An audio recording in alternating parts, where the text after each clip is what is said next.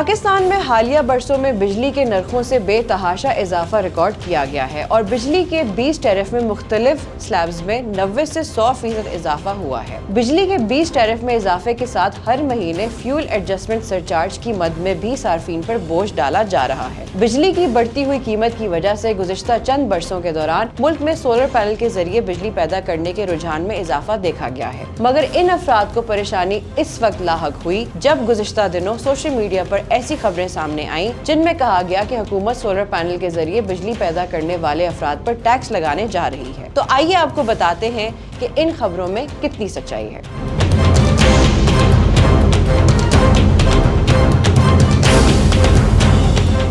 इन खबरों में दावा किया गया कि हुकूमत की जानिब से ऐसे घरेलू और कमर्शियल सार्फिन पर टैक्स आयद किया जाएगा जो सोलर पैनल के जरिए अपनी बिजली खुद पैदा कर रहे हैं और ये टैक्स 2000 रुपए फी किलोवाट होगा। इन खबरों में कहा गया कि पाकिस्तान के पावर डिवीजन की जानिब से ये समरी तैयार करके हुकूमत को भेजी गई है, ताहम ऐसी खबरों की हुकूमत की जानिब से तरदीद की गई है। पावर डिवीजन की जानिब से जारी करदा एलामिया के मुताबिक सोलर पावर पर फिक्स टैक्स लगाने की खबरों में कोई सदाकत नहीं। पावर डिवीजन ने अपने जारी एलामिया में कहा कि सेंट्रल पावर परचेजिंग एजेंसी या पावर डिवीजन ने हुकूमत को ऐसी कोई समरी नहीं भेजी है।